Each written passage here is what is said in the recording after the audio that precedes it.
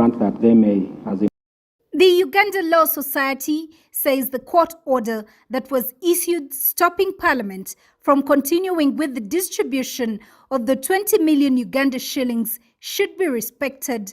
Uganda Law Society President Simon Peter Chinobe says the current position of Parliament amounts to contempt of court.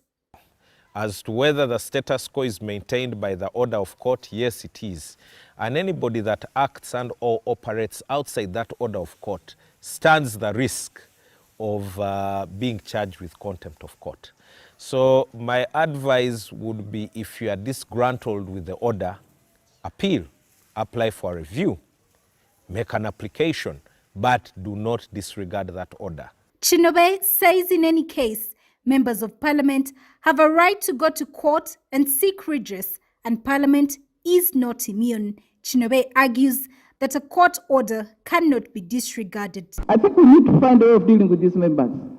You cannot solve parliamentary issues in the court. It's just stupidity. Anybody has a right to sue you.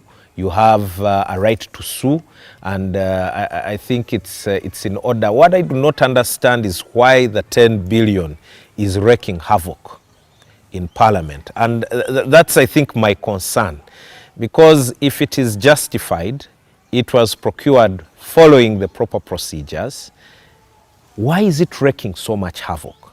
He says the language that was used in Parliament was uncalled for, yet the Speaker had called in the Attorney General to advise the House on the matter. whether the order is null or valid, regular or irregular, cannot be permitted to disobey it. Don't encourage the courts to overrun Parliament. No, Madam Speaker. No. The court is entitled to make the order.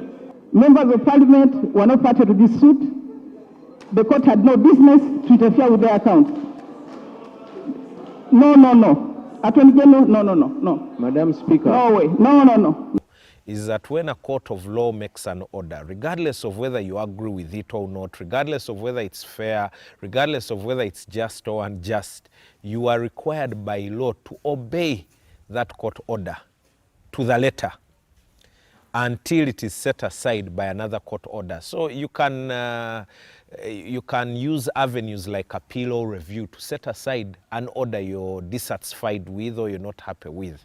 But it's not proper to disregard a court order just because you do not agree with it or any portion thereof. Chinobe, however, clears that there is no bad blood between the judiciary and the legislature, only a few instances of disrespect between the two arms. Sheila Nakawie, Salma Namwanje, NBS Live at 9.